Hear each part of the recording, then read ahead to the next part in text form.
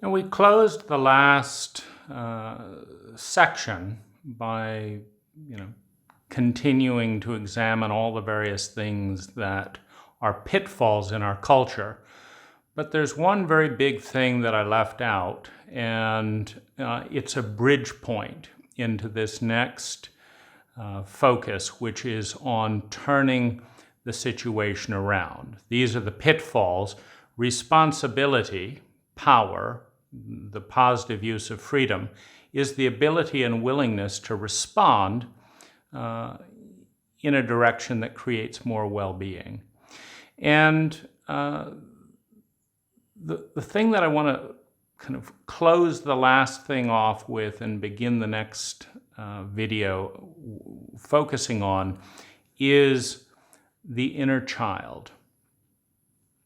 Now, if you think of the psyche as a series of rings like a tree, if you chop a redwood down, you can count every year that redwood was growing, all the way down to the core stem. And that memory, the structure of those years, you can actually tell if you're a scientist that works with trees and weather. You can tell how much rain there was in a given year by the way that ring has developed. You can tell if it was a good growth year or a tight or stressed growth years. You can tell a lot, and that's in the history of the tree. And the other thing that's interesting about this is that the earlier years provide most of the backbone of the tree today.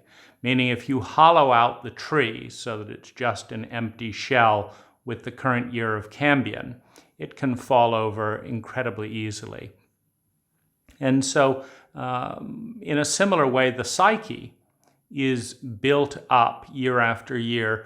And the thing to understand is that these memories and structures, which are both biological, mental, and emotional, they come together. Every thought has a residue in the body. Every feeling has a location in the body. Every thought, every feeling affects the body today.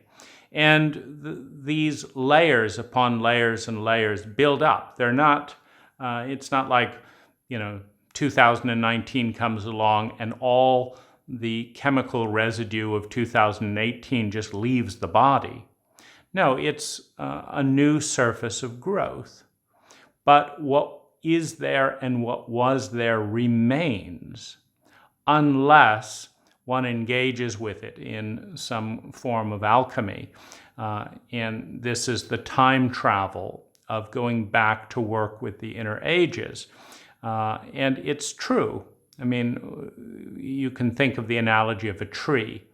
If something happened that damaged the tree at the very core, one can go in and remove disease. It's, of course, more difficult in the physical analogy of the tree because you'd have to go through the other cores and this would cause a lot of damage and surgery. But this is the beauty of the psyche. One can go back without that invasiveness in the later years and take a core memory and infuse an energy, a healing, an awareness, a resilience that wasn't there at that time, and it actually ripples out through the later ages. Changes in core memories, traumatic memories in early childhood, shift the way one sees oneself today. And the more you change a memory, the more it shifts the self-image today. And this is the phenomena of doing regression work with trauma, etc. Now, the issue is with our culture is there are a number of fractal patterns that happen within the psyche, and one of them is that as you enter a new relationship that's meaningful and authentic, when you fall in love, for example, you enter the relationship through the infant personas. The falling in love, as many people have pointed out, is not terribly rational, is often not grounded, is often giddy, etc. And the reason for that is one is entering the relationship from the childlike personas of the young ages. And what a romantic relationship is, in many ways, is a fractal representation, a microcosm of the entire lifespan. And this is why the parental relationships are so important, is that the child will often relate to the partner in that early stage as the infant related to the parent. So the inner child will tend to seek and bond with someone similar to one of the parents' templates. So if the child-parent relationship was strong and punishing and critical, you may find yourself instinctively falling in love with someone strong, punishing, and critical, because that's the template. And this is why it's very important to understand what those templates are and to know when to intervene and adjust the template. In a healthy relationship, in a healthy romantic relationship, it goes through the entire cycle, the giddiness of infancy and boundless, that boundless bonding that happens with a child and a mother. A healthy romantic relationship that is authentic will go through that period. And it will mature rapidly into the curiosity of the adolescent and the lust of the adolescent and the desires of the adolescent, and into the photosis, antithesis, synthesis period, the yes to everything, the rebellion of the adolescent, no, that's me, the power struggle of the adolescent, and then move towards, if those terrains are navigated effectively, move towards the integration of the healthy adult and the nurturing parent, which is the parent capable of understanding and holding the value of each of those earlier periods, but also of protecting and nurturing, in the sense of the truer meaning of love, to facilitate one's personal meeting of survival, security, love and belonging, self-esteem, developing one's personal gifts, bringing them out into the community, creating abundance in the process as one becomes more and more successful, and then transcending the myopia of self-obsession with a loyalty, with an identification, with being of service to something bigger than the small ego, the small self. And that this is a hierarchy of human needs. And when we use discipline and intelligence and care and affection and love to support our own journey through those hierarchy of needs, and then take that support and take it outward to support others in their meeting their hierarchy of human needs, then you have two adults are the fruits of such a journey, and you have the possibility of synergy. So this is what can happen, what's optimally happens, and this is something that cultural shame cuts down at the roots and fucks up in a major way, so that this almost never happens in a modern materialistic chauvinistic culture. And the first reason for that is that the childlike innocence of the culture is a feminine state.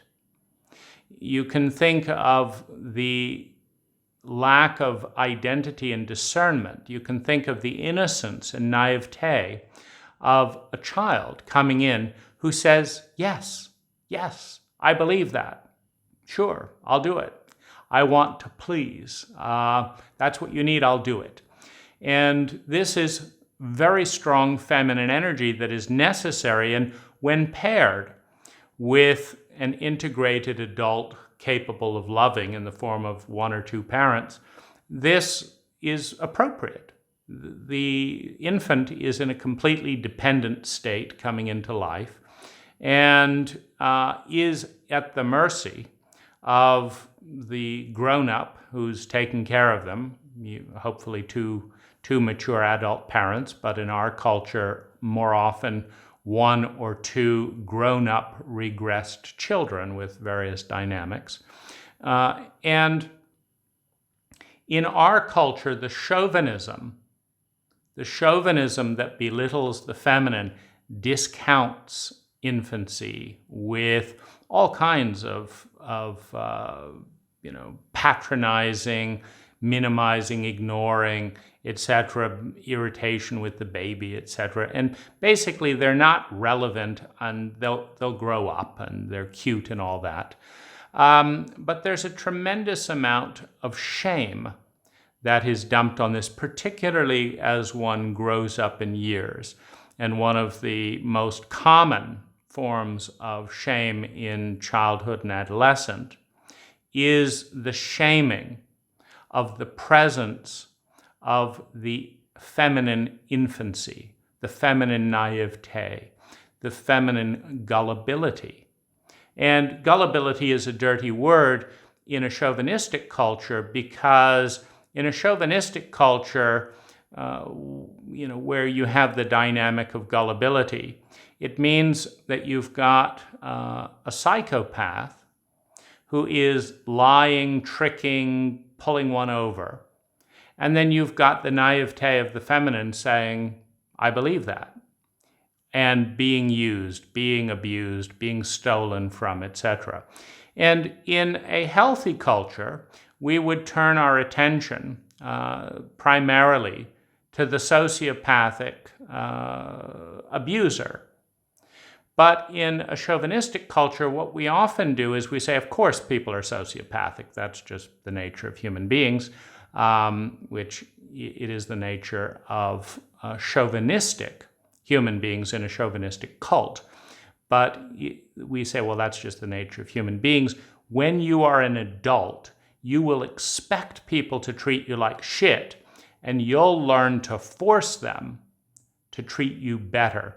And so we actually get angry at the victim, at the person in the feminine posture. We get angry at the 6-year-old for believing the stranger, rather than doing something about the fact that this cult raises sociopathic grown-ups who take advantage and abuse the feminine, be that the planet, be that children, be that women, that violates the feminine.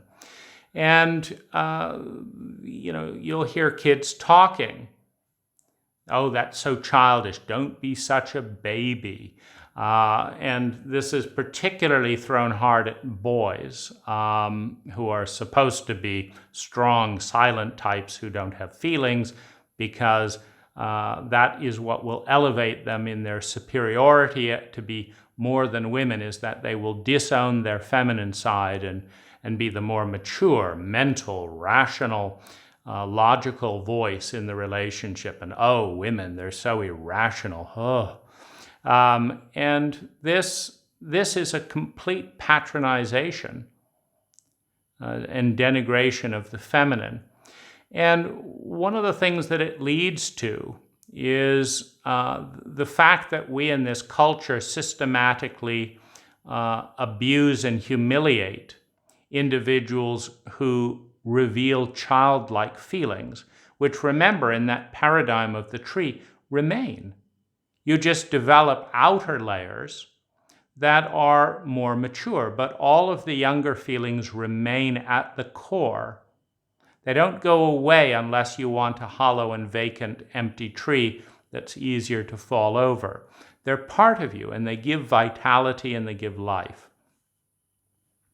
The hostility towards the inner child in our cult is astronomical, because having been shamed, humiliated, and teased into self-hatred, where in our childhood and adolescence we come to hate our own inner child for making us the target of a sociopathic cult that is committed to attacking the feminine, represented by the youngest, most innocent, most open parts.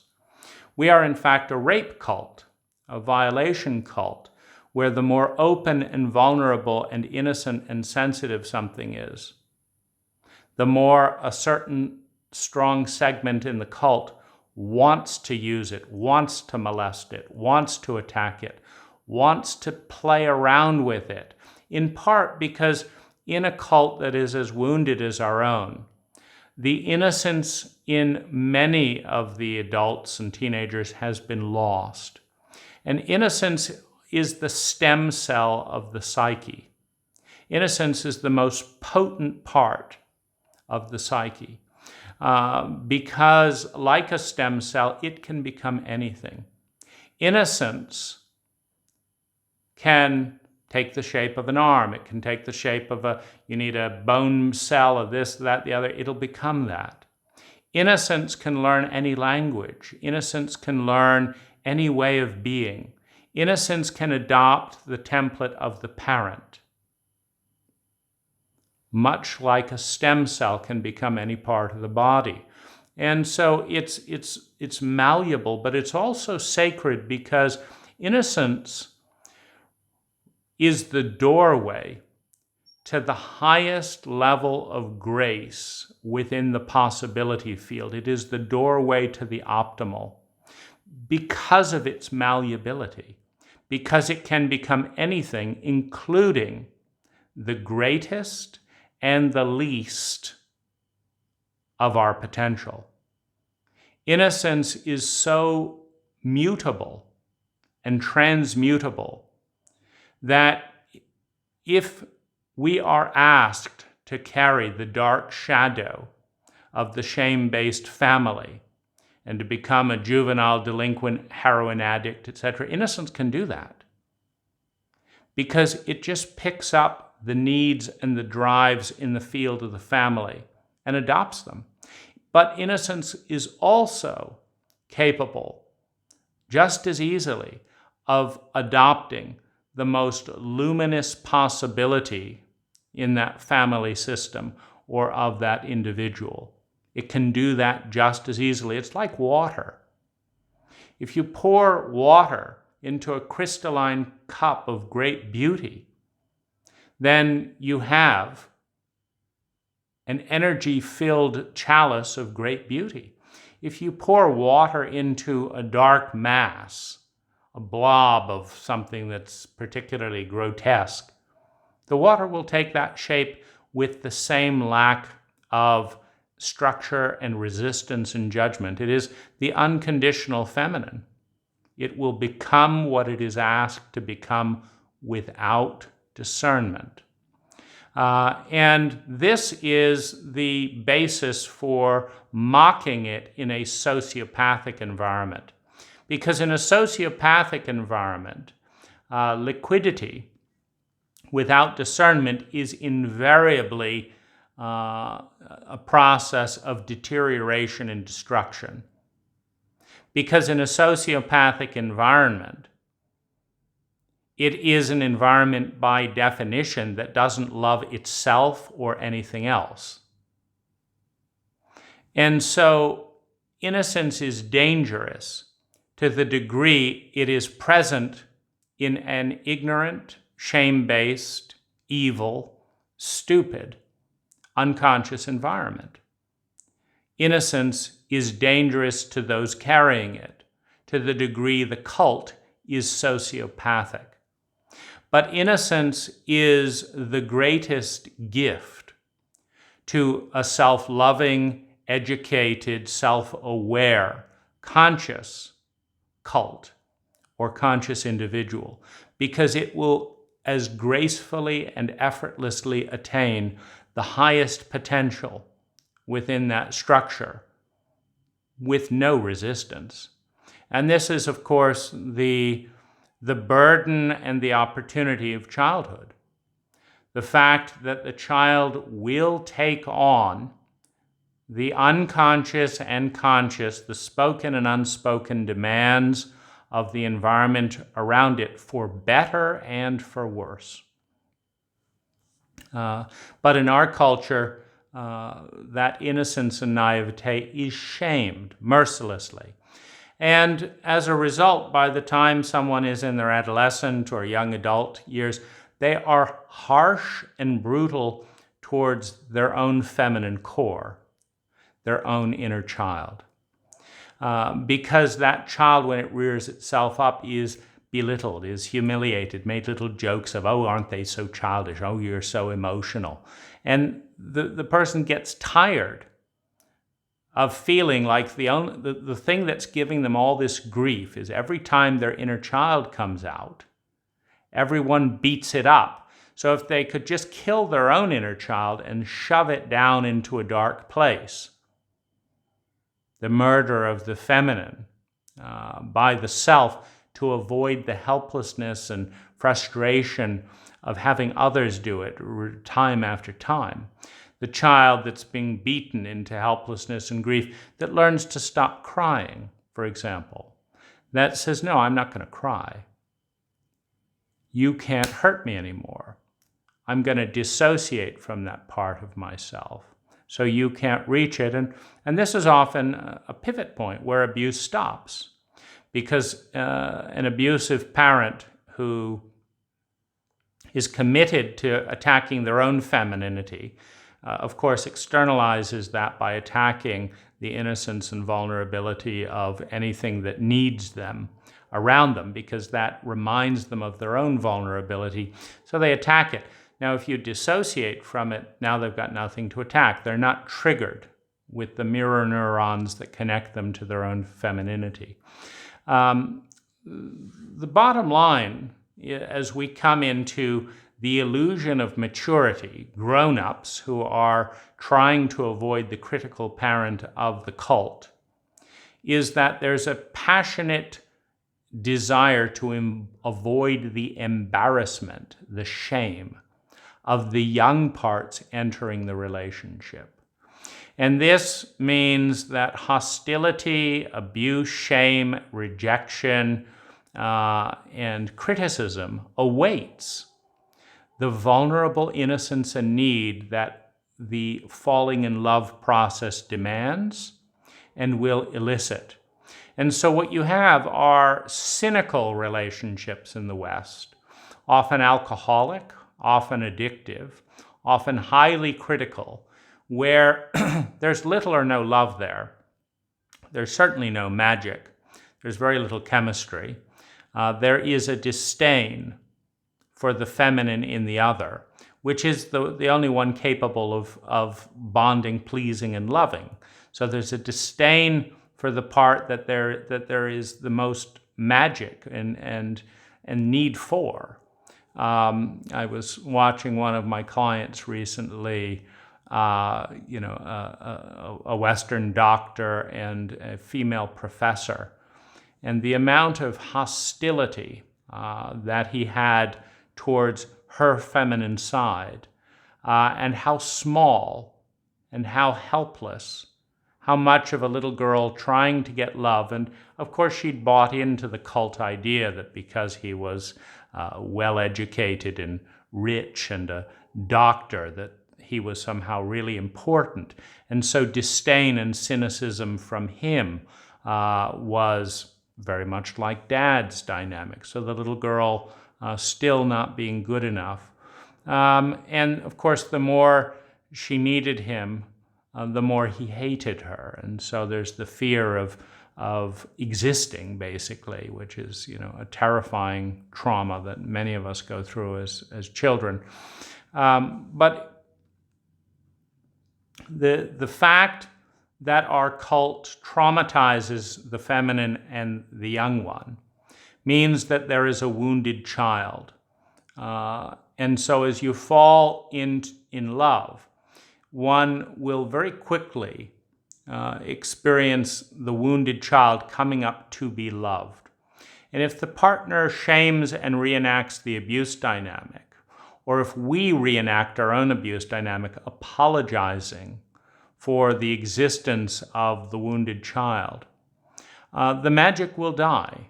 The relationship will be stillborn and will enter the cult headspace of trying to be this perfect version of a cult relationship with no life in it, very little magic, a lot of fear, a lot of anxiety, and a lot of rationality. I don't really feel in love, I don't really feel connected, but he's a doctor, she's really hot. I mean, look at that body, the rationality, trying to follow the cult map, which is an inadequate map into meaningful and deep relationship, to follow the cult map into a form of connection rather than actual following the organic flow of the psyche, because that has been butchered. It was butchered in trauma in childhood, and it was butchered in adolescence when the first romantic feelings came forth, and you were humiliated. Your fucked up peers sat around saying, oh, they kissed, and doing everything possible to destroy the innocence and magic of the moment, to attack the innocence, the naivete, with too much attention too fast, with too much cynicism, with too much bullying. And it's very interesting to look at the mass conglomeration of the hit squad that the cult lines up, of traumatized, emotionally and psychologically illiterate peers that form the primary function of damaging innocence and attacking naivete and romance when it's first blossoming. And this is, of course, seen as one has to go through this to grow up, to transcend the stupidity of puppy love and this and that and the other, all the various pejorative, and to apologize, and it makes me sick, go get a room and all this, rather than turning it around. In other words, when you have an abuse cult that is so ignorant it doesn't even understand its own stupidity and its own abuse, you have such a cult presuming superiority on its more healthy human beings, people feeling alive, falling in love, connecting. And just the ganging up of the majority on the minority, convincing people who are psychologically illiterate that the cult is right because they're all saying it. Oh, I must be an idiot for falling in love. I must be an idiot for feeling with. I apologize for being emotional.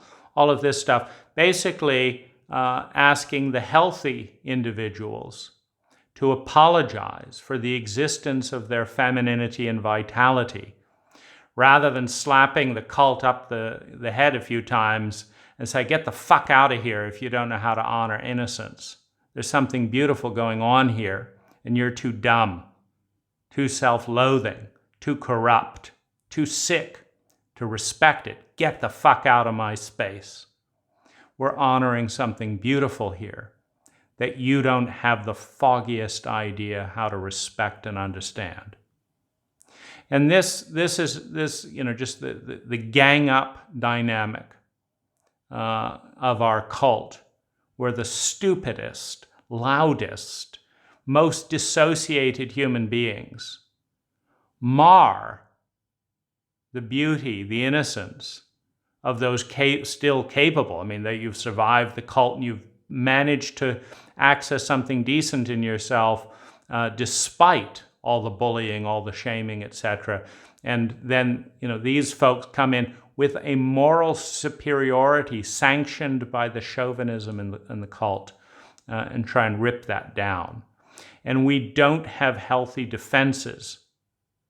No adult, no wise one is present that says, give those two some space, you fucking morons. Grow up. Come take a relationship class. Come learn what life is really about. Stop destroying the few people who've stumbled into it despite the myopia and ignorance of our cult. And this is an incredibly important thing to understand, because this hostility towards the inner child in the self and the wonder and curiosity of adolescence persists into grown-uphood. You can't have adulthood without healthily going through those periods. And in most cases, you have traumatic dissociation, so you don't have adults. You have jealous, numb, addicted, grown-up, traumatized children who know how to reenact teenage dynamics. Unfortunately, just because of the majority dynamic, often intimidate courageous human beings out of more meaningful and vulnerable expressions of authenticity. So you get the hatred towards the child. And in any meaningful relationship, you will touch the child. And if the child has not been healed, and why would it be in this cult, then the wounded child will come up, and it will be scared, it will be needy. It will be looking for a healthier parent than it experienced growing up. And the question is your partner capable of being that? Now, we love to pathologize the natural healing process of the psyche as just one more form of our stupidity. And so we have lots of therapeutic models that say, oh, it's not your job to be the parent of your spouse. Grow up and do it yourself and all this. And you can set it up however you want. But the reality is that in any relationship worth its salt, you will give birth to the innocence of the child again, and it will either relive the abuse pattern of childhood, or it'll break through and break free and bring an innocence, a magic, and a wonder to that relationship that you didn't have with your parents because they were too stupid to honor it, because they were too numbed out with their own abuse patterns to recognize the opportunity. And having met this period of connecting and magic, there will be an explosion of sexuality, because you've got the stem cell of the psyche, which is the one that wants to please, the one that wants to say yes, the one that wants to merge, yes, I like that too, and I like that too. So you have tremendous creativity as you move into the adolescent stage of the relationship. And yes, I want to try sex from behind and do this, and yes, I'll do, oh, well, that's so exciting. And you have the vitality of the adolescent with the magic and innocence of the child. And you have something truly sacred. You have something transcendent. Transcending what? The cult. Transcending the cult. The mediocrity, the boredom, the stupidity, the stultification of the cult is transcended by the magic of an embodied love that embraces the naivete and wonder of the innocent little girl and little boy, that moves into the curiosity and the yes of the adolescent, and that moves through into a wiser state, which is the wisdom to protect that.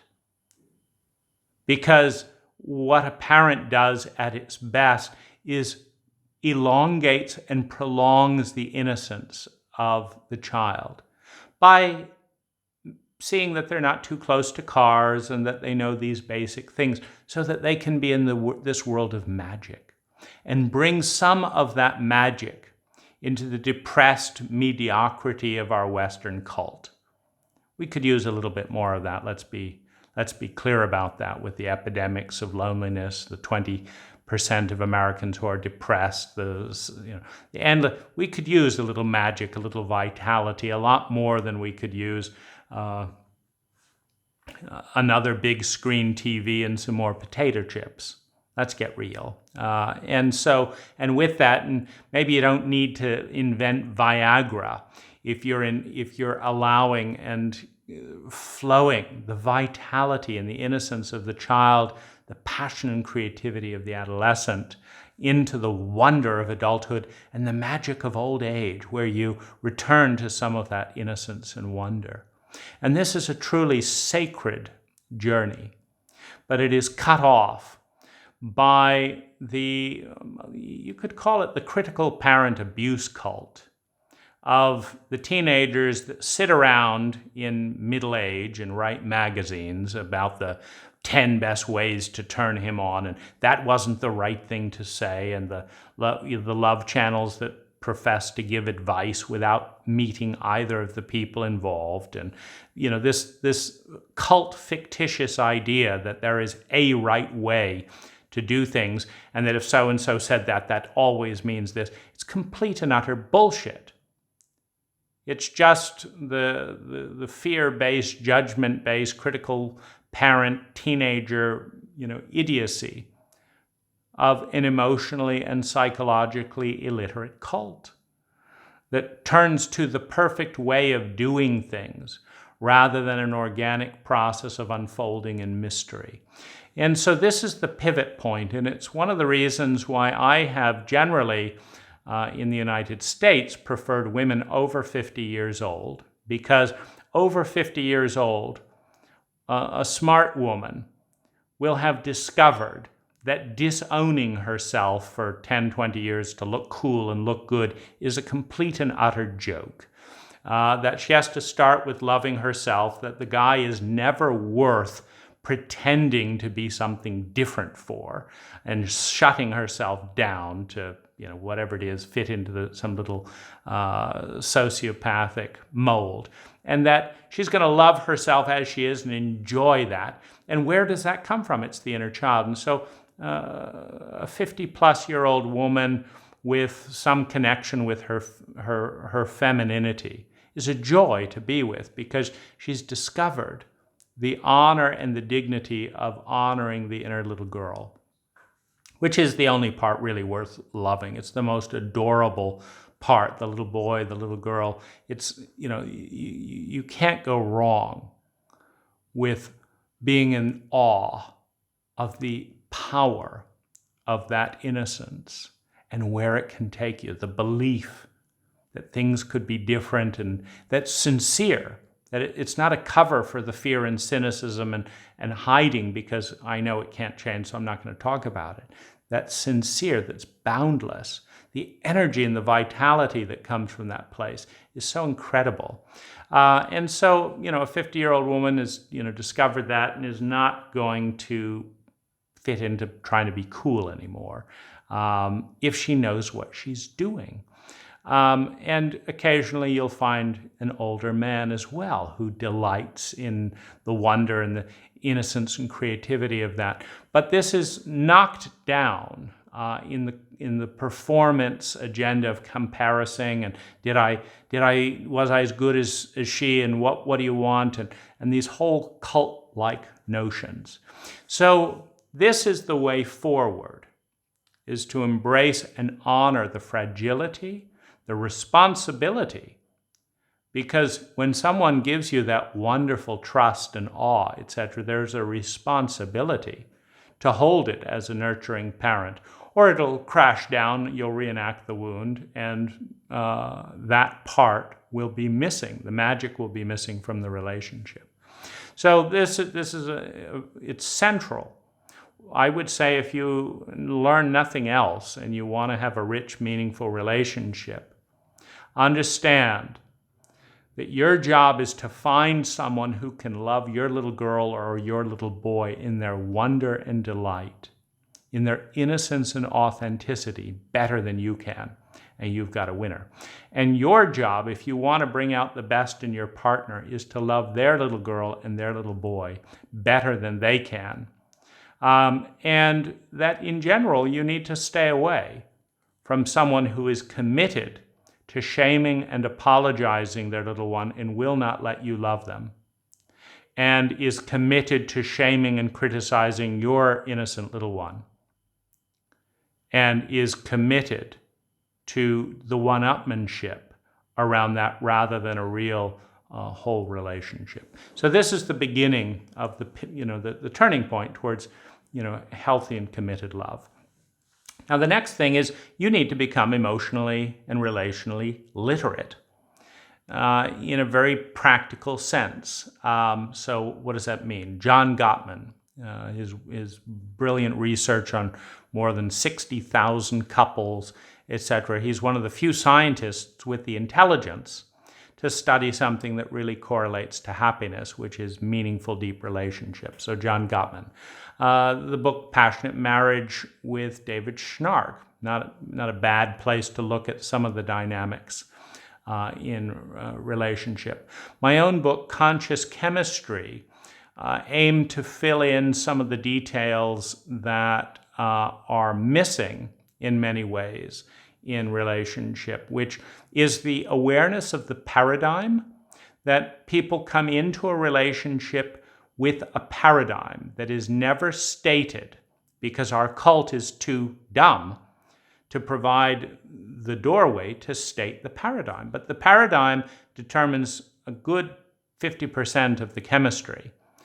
Because if you're a surfer, for example, and someone's a house builder, you're going to clash within a matter of days. Because a house builder is trying to build a life together at the right person in the right way, etc. And a surfer is trying to feel the moment, ride the wave to the shore, then that's over, and goes out and finds a new wave. They're not wrong. They're just different. You need to understand the paradigm, and there are more than 30 active paradigms in play. And what's much more interesting is the fact that when you understand the language of paradigms, you can create your own that are sacred and unique to you. Then there's also a lot of exploration of, just some of the things we're exploring here, but variables in chemistry to understand what draws this person together and pulls this person apart, and how these variables work. There's also John Bradshaw with his work on shame, with his work on post-romantic stress, when the honeymoon phase can end for some people. Trauma, The Body Keeps the Score by Bessel van der Kolk. Incredibly essential to understand traumatic symptoms in yourself and in a partner and have the language to talk about them. Robert Bly and Marion Woodman, If You're a Man, Iron John. If You're a Woman, understanding the journey of a man, that dance that Robert and Marion Woodman had in many ways, talks in a deeper way about some of the troubles, that we're dealing with as a culture. Alice Miller and her work on the denied wounded child is incredibly valuable. Then there's the work on addiction. When the Body Says No is a good book. I'm forgetting the author's name, but he's a Canadian addict expert who also in the realm of Hungry Ghosts, so you can find him that way. Lazarus, the channel Lazarus, has done work on shame in a very powerful way. And so shame is one of the biggest things that pulls apart the self, pulls apart the cult, splits the cult into various factions, and of course splits families and splits relationships. Boundaries, understanding yeses and nos, permissions, requests, asking for what you want, asking the other what they want, learning to put that into words. What makes you feel completely and utterly loved is a question that many of us have never been asked in our entire lives, and we need to be asking that question 10, 20, 30 times a month. The 5 Love Languages, a great book to explore the different ways we receive love. Forgiveness, how to release energy. And we can't release energy. There's a whole process around it. It's not just, forgive. No. Forgiveness encompasses the circle from recognizing traumatic patterns of abuse, frozen energy that is stuck, that is in an unconscious dynamic that will repeat itself unless resolved. So don't rush to, I forgive it and move on. Master the dynamic that led to the crime, the violation, etc. in the first place. And when you understand it and have mastery and won't repeat it, then let that energy go and repurpose it to something else. But when you can't forgive, it's telling you you need to understand the dynamic a lot more and take your power back, not just throw pithy New Age slogans at it. The sacred union with something bigger than ourselves. The future self is bigger than the present self. The higher self is bigger than the egoic self. God, Goddess, all that is bigger than the present. The planet, of which we are a part, is much bigger than the human being. The community, the culture, the possibility field is much bigger than the actuality. To have a spirituality is to have a relationship with something bigger than ourselves that is more beautiful, more true, more good than ourselves, and to be in service and in relationship with that, which is a lighthouse to guide us out of the myopia of circular energy into something bigger.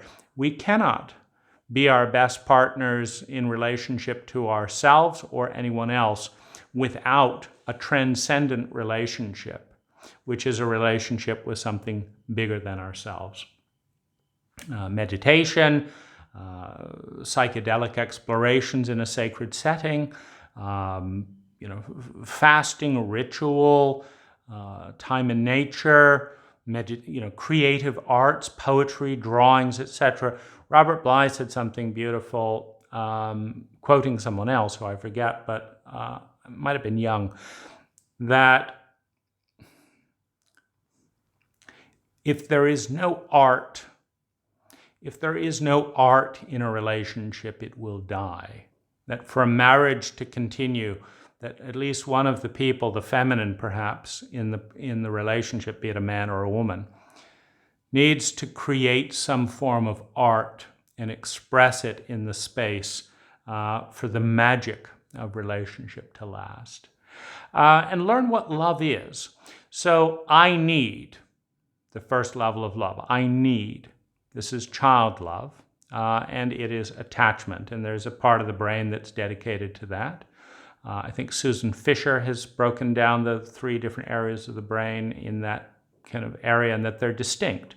There's I need you, I'm attached to you. There's I want. This is the adolescent stage of love, of lust. I want. So here you have the sexuality, but it's still about me. And I explore, the young adult, it's still about me. I need, I want, I explore. It's all about me. So the first 3 kind of stages of human development, the child, the adolescent, the young adult, it's all self-centered.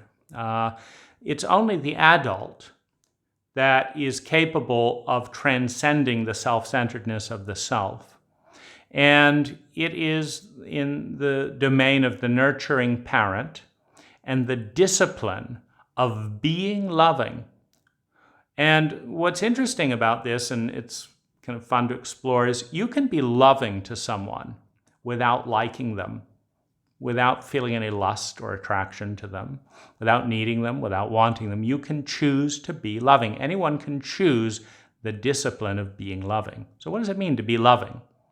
Well, it means to act in a way that supports the other person's survival, security, love and belonging, self-esteem, development of their full potential and gifts, bringing those gifts into the world, creating abundance and success, and transcending the limited sense of self to something bigger, and doing so in a way that is respectful of the freedom of the other person.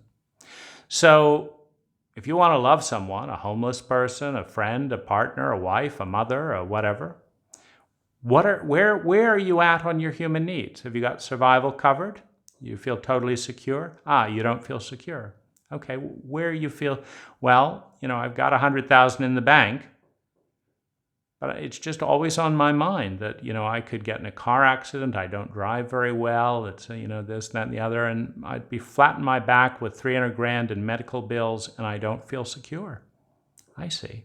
So you're stuck in security. Okay. So what would you need? How would you get beyond security? What would help you be secure? Well, it sounds like it's about driving. Yeah, every time I'm on the road, I feel very insecure.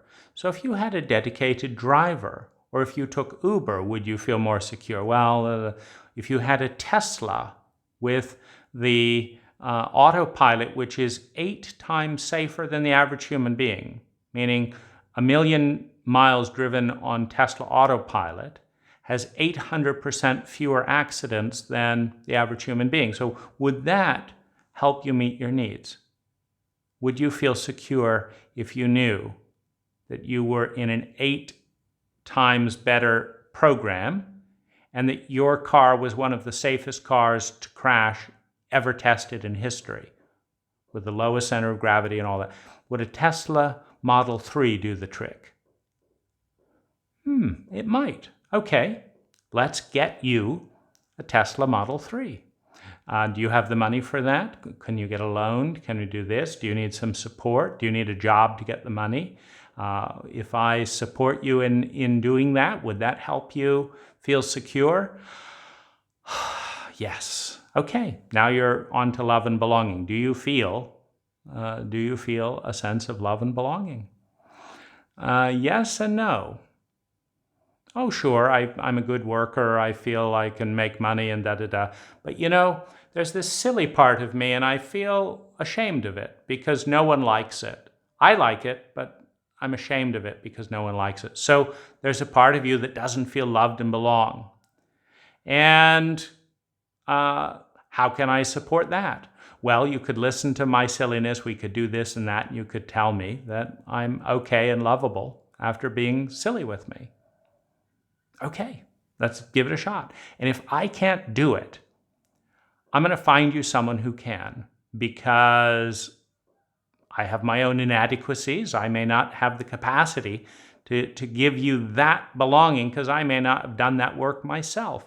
But let's get you help with that. So now, if you've got 2 or 3 people, maybe you join a club, maybe we'll start a meetup, etc. We're being silly and validating that. Do you feel love and belonging now? What about your self-esteem? Do you like who you are? And so this is being loving. And you can do it to anyone, male, female, etc. This is the adult. And the thing about being loving, because the first 3 are totally self-absorbed for the most part, they don't necessarily feel very good to the other person. But I love you. No, you're irritating me when I'm doing my homework and you want to fuck me and I'm not attracted to you. But I love you. No, you don't. You're an adolescent, narcissistic in lust, who can't think beyond your own dick. No, that's not feeling good to me. Of course the adolescent is mortified. Adolescents all want, love and but the thing is, this is a younger form of love. And you can't have a growing, dynamic, sustainable relationship. You got to embrace the adolescent love in the dynamic. That brings spice and all that. But, the tragedy of our cult is we don't teach people how to be adults. We don't teach people how to be parents for ourselves and thus parents for other people, to be loving. Because when you are loving with respect, and your only agenda is to help someone move through this progression of needs, they always feel grateful, except if they're programmed that someone helping them means that they're weak because they're feminine and they're a chauvinist. Now they hate you because you've brought out the femininity in them, the one capable of receiving. So now they hate you because they're a chauvinist and they hate their own feminine.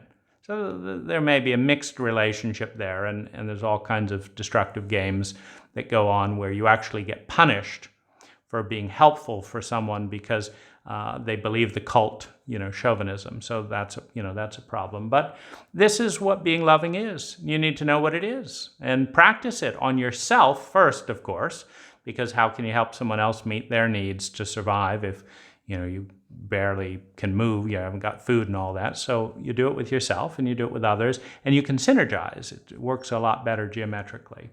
So what's the next step? And the next step is rebelling against the chauvinistic cult. Rebel. You've had this stuff shoved down your throat. You see the mediocrity and misery. I mean, in 100 Americans, can you find 2 that are deeply and fulfillingly in love? In 100 Americans, can you find 2 that, are deeply in love with themselves? I mean, this is a bombed out, fucked up abuse cult that takes 100% potential and grinds it down to like 2% survives, this protocol in many dimensions. Oh, great. No, you're wrong. 5% are in love. Great. 100% of people can be alive and in love and in wonderful states. And why the hell not? And why not rebel against the cult that's shoving these protocols down that create these miserable statistics? 70% of Americans are lonely. 1 in 7, substance addicts, which reference deep trauma. 0.5% or so are homeless. I mean, these are horrible, horrible statistics. So elevate your relationship above something to work out in between TV commercials, etc. Elevate relationships above work. Why not? The cult says go do a job you don't particularly like, work 10, 12-hour days so that you can get ahead. Fuck it. Put your relationship first and figure out the kind of job that would nurture you or will support the relationship rather than the relationship support your job.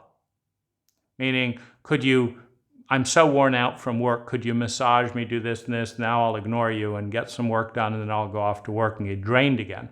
Elevate the relationship, put quality time. Maybe create a lifestyle with more time in relationship than not. Be open to that idea. Master money and value as a tool to bring into relationship rather than that relationships are automatically, well, it's a business thing. Of course, I'm going to interrupt a magical moment for business because we all know that money is more important than human beings. The human beings create the money, and then the money is more important than the human beings who created it. It's a joke.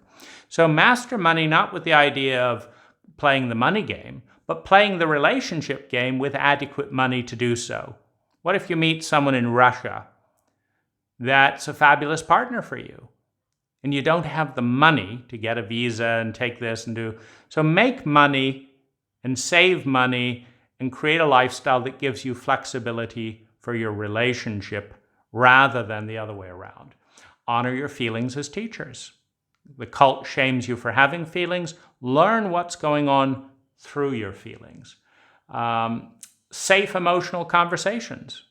Don't just jump into bed with someone. Have a safe emotional conversation about the wounds that are there, about the patterns that you're afraid will repeat and that have shown up in the past, about how you'd like to be cared for, how they'd like to be cared for. What a good ending what a good ending would look like.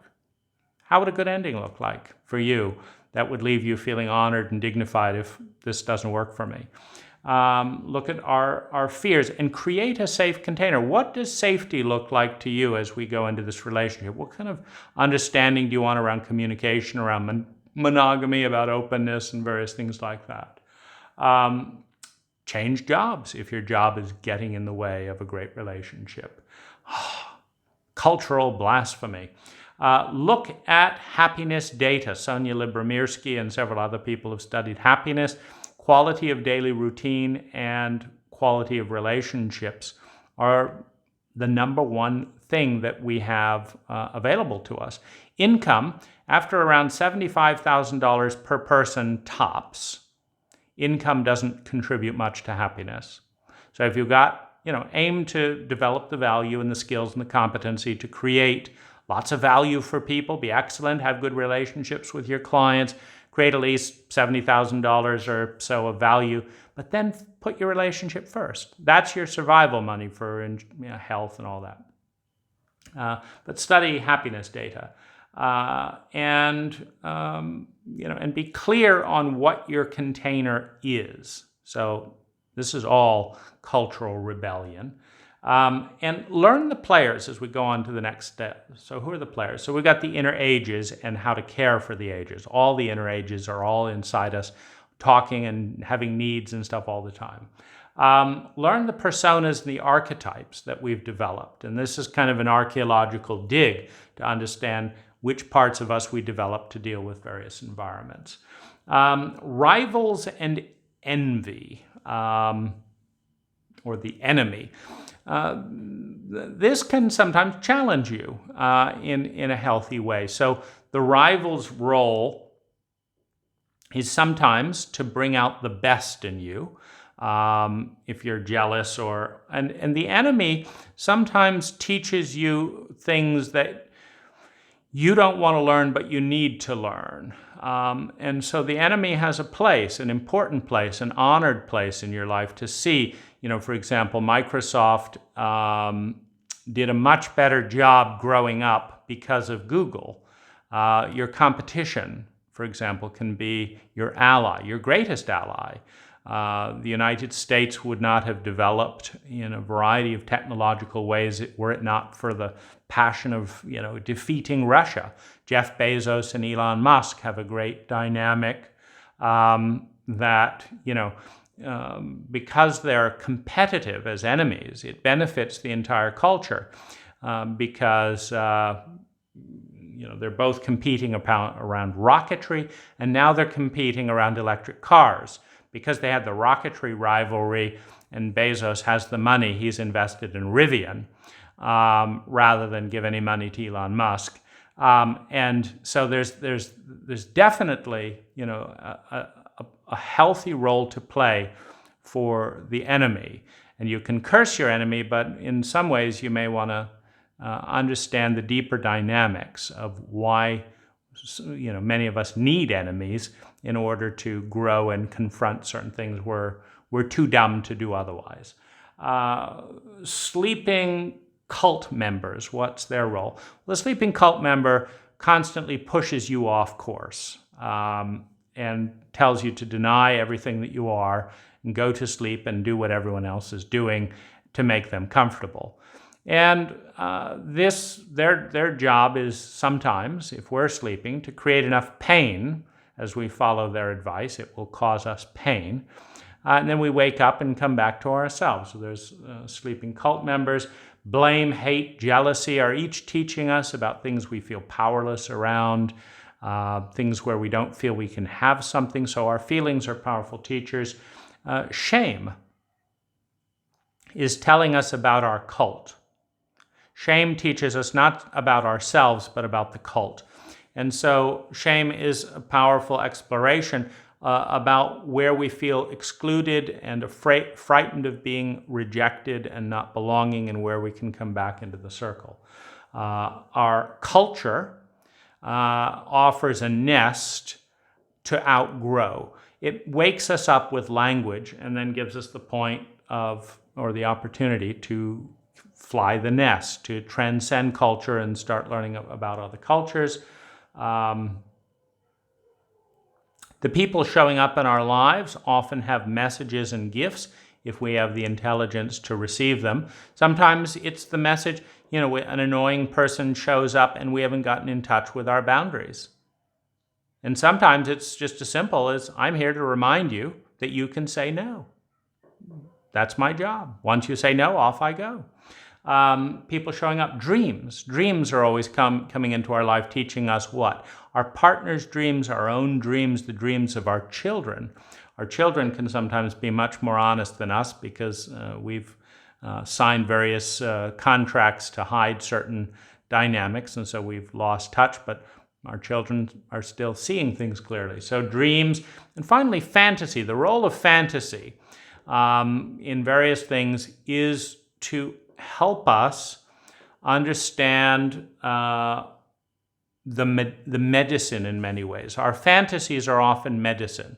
So for example, if I feel powerless and small and hurt and humiliated, I may want to watch porn about fucking over some bimbo and humiliating her and because, and I may not be conscious that I'm feeling small and humiliated.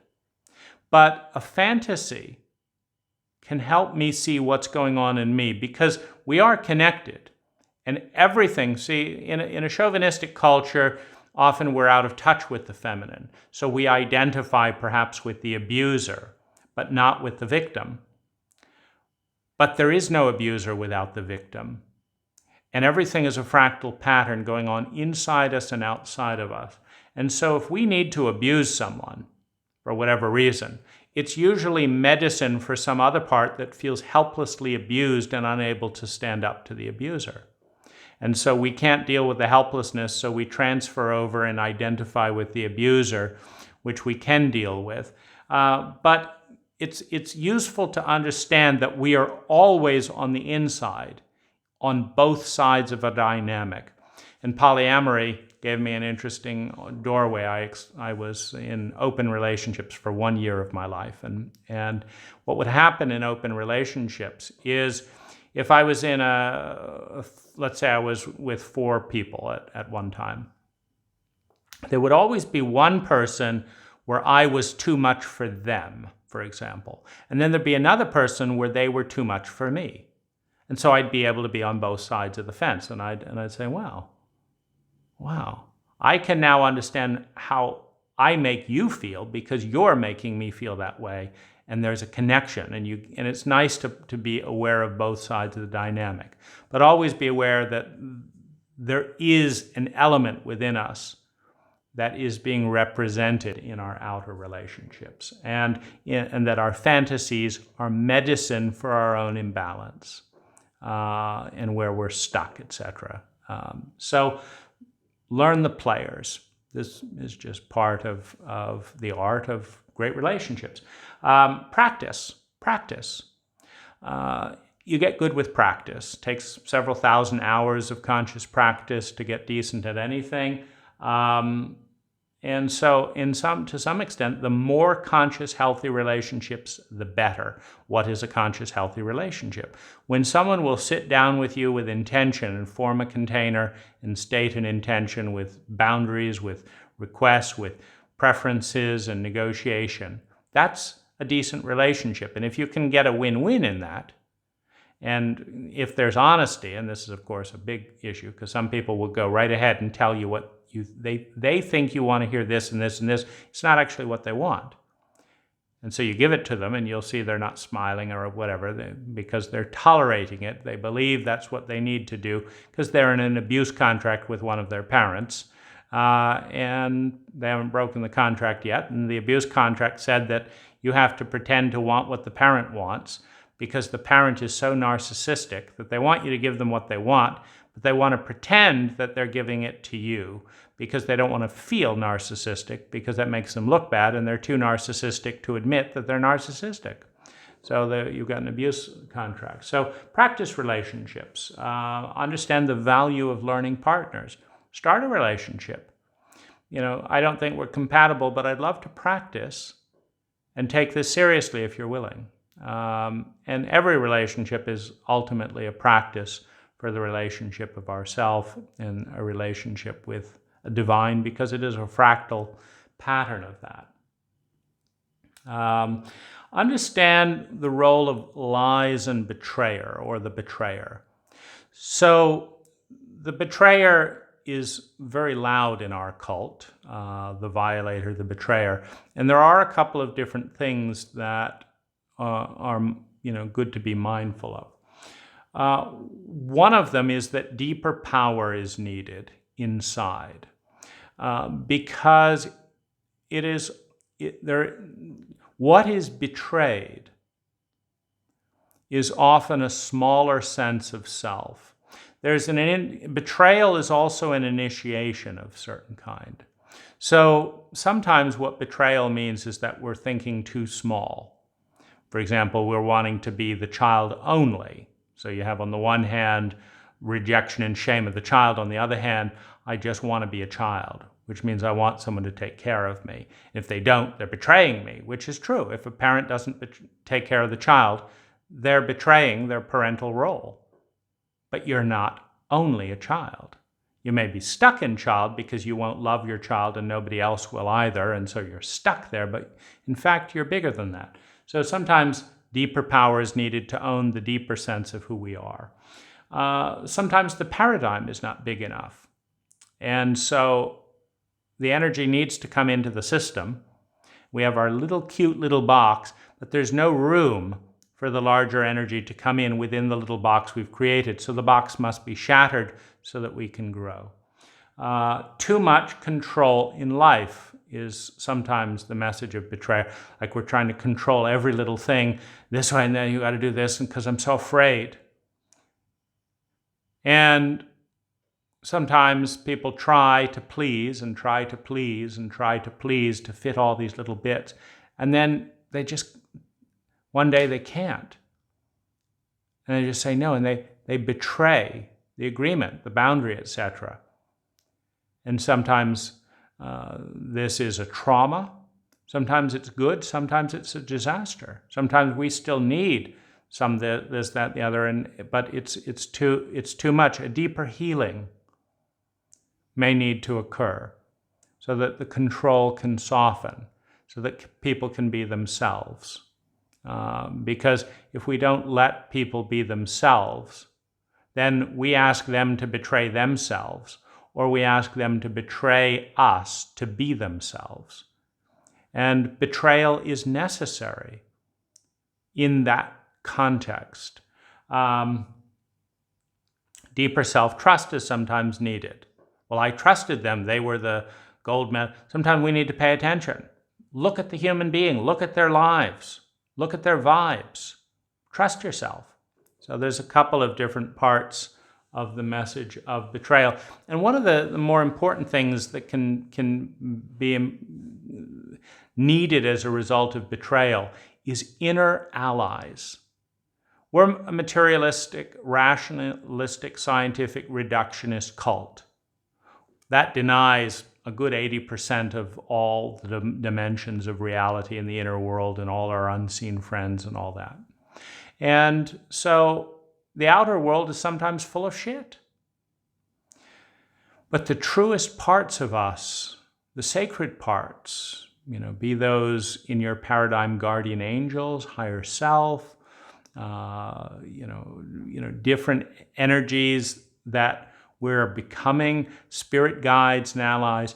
There are powerful forces that are way bigger than any of the fucked up shit going on around here. And sometimes, depending on the fucked up shit around here, rather than in our sacred inner world, sometimes that's what's being pushed. Like if you keep leaning on idiots, your life is going to go to hell. You can't count on it. But there is within you something sacred, something bigger that you can trust more than the stupidity of regressed, narcissistic, shame-based, abused grown-ups who don't know what they feel, who are psychologically illiterate, and are going to remain that way in a cult that doesn't give our teenagers a single hour of scientific emotional training in school. That's just the way it is. So we have to lean to something inside and stop trusting the stupidity of the limitations in the cult around us or in certain people around us. And so there's a couple of messages around betrayal. If betrayal is happening, as a theme, it may be stop trusting. Don't trust an addict. And most of us are addicts at some level. And so, message of betrayal. Treat your relationship like a business is a very important kind of suggestion and kick in the pants for some of the kind of a new agey, hoo-hoo, ungrounded stuff. So what's the return on investment? You spend X amount of minutes a week. You spend X amount of money on the relationship. You think about it X amount of time. What's the return on investment? How much do you grow? How much valuable time do you experience in this relationship? How much do you like the you that you become in this relationship? How much do you like the you that, or the partner that you evoke in the relationship? Because there's an alchemy there. So do you like who your partner becomes around you? Your partner may be great around someone else, but after all your whining and bitching and moaning, etc., they're very boring around you. After all your criticism, they stop being creative and showing their initiative, and so they're not very interesting around you. Do you like who your partner becomes around you? What's the growth curve? When you first got together, there were all kinds of dreams and excitement, or was there? What does the growth curve look like? Was it flat and then it started going up? Did it start going up and then plateau? Are you growing? Is it a living relationship? And the market, Wall Street valued Facebook so highly because its adaptation, its growth rate was just exponential. And so this is a very important part in the value of a business and the value of a relationship. Utilization of assets. What's your potential? And how much is your partner realizing of that potential? You could play tennis, and you're a fabulous tennis player, but your partner doesn't want to play tennis. You love board games and puzzles, but your partner isn't interested in that. You are a great travel partner, but your partner doesn't, What's of your assets and strengths? How many of those are utilized in the relationship, and how much are wasted? And in particular, how much does your relationship freeze up your assets? And I'll tell you a little funny story about my wife in this kind of dynamic. Her inner 6-year-old is very possessive and jealous. And so she has a fit if a masseuse gets too close to me, or if I'm flirting with an ex-girlfriend or anything like that. But what's interesting in the analysis of the dynamic is that most of the time I'm expressing an energy or a part of me that my wife doesn't engage. My wife had a fit when I told her that one of the masseuses gives me a kiss at times. But the joke was, my wife hadn't kissed me all day. So it's like you want a monopoly on this body, but you don't want to use it. You just want to park it. You just want to make sure no one else uses it. And if you're so obsessed about the value of kissing, how about a few more kisses? Because I'm not parking this body on a bench just so you can claim it as yours that nobody engages with. Fuck it. If you're so interested in this body, show the interest. Utilize it. Utilize this body better than anyone else would, and you can have it. Otherwise, it's going to waste. Oh my goodness, I have to utilize something? And so this is a really good critical analysis. Utilization versus waste. Net profit. Okay, there's lots of value, but boy, we're just, we get a few lustful moments every so on, but the 4 hours of fighting and stuff. What's the net profit? What's the cost? What's the reward? And what's the profit margin? If you can spend, 20% of your time working and struggling and stuff, and get 80%, and it gets better and better, that's a great business to be in. Competition. Are you the highest bidder? Do you value me more than anyone else values me? And do I value you more than anyone else values you? And I'm very mindful of the fact that most businesses, or I would say 90% of the business transactions that I participate in end well, with good mutual value, happy customers, happy business. The whole thing is very clear and ends well. 90% of human interactions is mediocre or disastrous. So you might want to learn from some of the things that work in business. And that's what I've done. So contracts work great in business. There's none of this resenting and blah, blah, blah and all this stuff. So have contracts in your relationship. Have contracts with money. Have contracts with your agreements. Have a contract around your container. This is what we're agreeing to. Have a cultural contract. This is the kind of culture we're going to have in this relationship. We're going to tell the truth. We're going to do this, and then we're going to do it. And this is how we're going to do it. And this, work on it in that sense. Oh, so much work.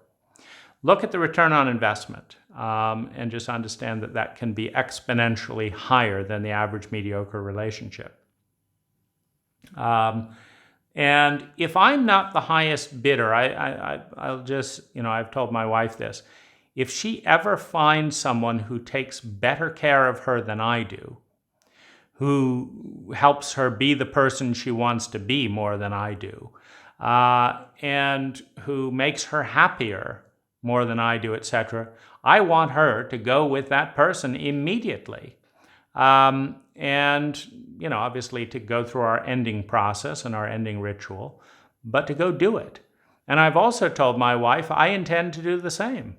That she's going to have every opportunity to get a head start on the competition, to grow and trench in value, to build up reserves, to learn all my love languages and all that. But that if someone in 3 weeks is able to do more than my wife can do in 3 years, and particularly with the apathy that she shows in areas around active growth, I'm going to be off with an ending agreement and all that. But this is this is an element. It's not the whole relationship. I would say that this business mentality should be about 20% of the relationship. The inner child does not like this. The romantic doesn't like it. It's not, in some ways, the kind of mystical soulmate type of thing. But it keeps the relationship healthy and vital.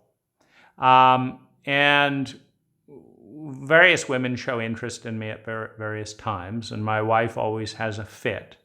And my response is always, you've got the advantage. It's your court. If you want to grow our relationship, do it. Show me how you want to grow it. Tell me what you want to do more. And usually, the competition ups the interest. I hired an ex-girlfriend to do some art for me, and my wife was not at all interested in. She could have easily done it. She just was not at all interested. Within a week of me hiring my ex to do art, my wife was making 2 pieces of art a day, and then I said, fine, you can have the job. And then she tapered off because there wasn't the competition. And so I've actually learned that my wife grows more when she has a rival. So I don't care one way or another, but I'll bring in a rival to some extent just so that my wife doesn't get too bored and lazy, because she needs that. I don't. I'm always doing something new and this, and that, and the other, and a rival would just be an irritant. But work with that dynamic. And finally, respect the synergy of partner. Respect the synergy of relationship. You can do more with a sacred partner that goes through and takes this shit seriously than you can do in almost any other way. Sometimes a good career with 5 or 6 people along these lines could do something similar if it's the right career and you're really doing your work. But a terrific partnership is priceless. And it will help you grow more inside and outside faster than just about anything else. It has a higher growth curve, a higher return on investment. It's way more fun. I am so happily married because, just the amount of fun, the play. And I'm just so grateful to my wife for her inner child. I get to play with a 5-year-old, a 6-year-old, a 10-year-old, a 12-year-old. I get to have sex with a 14-year-old regularly, a 20-year-old. All these ages are in there, just passionately playing, growing, exploring, etc. And it is an absolute wonder to meet the infinite goddess in a single human being who's always changing and growing, etc. And we see to that. We just put ourselves in different contexts and growing all the time. It's so much fun. And loving her has been there's a truth. You have to love yourself enough to grow and all that. But at some point in the mystery of love, you love yourself enough to love someone more than you love yourself. In the way of helping them feel survival, security, not obsession, adolescent bullshit, or cultural abuse mislabeled as love, but really help someone grow. Supporting my partner, meeting all her human needs as rapidly and fully as possible and celebrating that has been one of the greatest gifts of self-love. It's been one of the greatest honors of my life. So much fun. And of course, the gift of loving in a healthy, mature way and helping someone realize their full potential is you've now got a heck of a partner who's realizing their full potential and sharing it with you. And it's an incredible amount of fun. And finally, the biggest lie and the biggest kind of chauvinistic cut to this entire dynamic is the shortcut of being cheap. A great relationship is priceless, and it doesn't come cheap. It doesn't come cheap emotionally.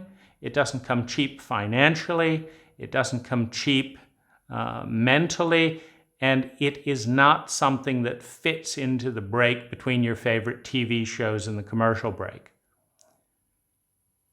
A great relationship deserves respect and requires time, at least 3 hours a day. If in a year you're not spending 1,000 quality hours or more doing this shit, getting it done, growing and doing that with your partner, you're selling yourself, the partnership, and your partner short, or they're selling you short. And this is the biggest form of chauvinism, the idea that this feminine domain of relationship should just happen naturally. Oh yeah, we'll spend $2 billion developing the iPad and all the apps and because that won't happen naturally. Of course, that's important. But the sophistication of the human heart, the endless complexity and magic of the psyche, the infinite possibility field of any two people coming together, that's just going to fall in place magically with completely illiterate, emotionally, traumatically, relationally, psychologically human beings who have been taught shame rather than emotional intelligence. It's going to fall into part with those people is a complete joke. And it's an insult to the possibility field, to the probability field, if you take 3 hours a day and do this stuff. The world that opens up with this is incredible. And I chose my wife, not because I was attracted to her. I wasn't initially. Not because she was my type or had a lot of stuff on my list. She didn't and wasn't. I chose my wife because she is the only woman I have ever met who jumped on growth and drank it up and blossomed before my eyes. I gave her 5 ideas on our first date, which I thought would be our last. She did all of them, grew, and came back for more. I still wasn't attracted, so I gave her some more. Okay, here, do this, read this, do this. She worked 4 hours a day, week after week, implementing ideas, and her life exploded into beauty, into truth, into awareness. And the woman she became was someone I fell in love with, because I saw where that went. She's grown 5,000% in life skills and 500% in inner well-being in 3 years. Do you know what the trajectory of a 40-year relationship is at that speed? You look at the growth curve, you look at the potential, and you bet on the numbers if you want to be a billionaire like Buffett. But you apply that science in a domain that is more sacred and important, the domain of the feminine, which is human relationships. Thanks for watching. Go have fun, and I'd love to hear about your successes.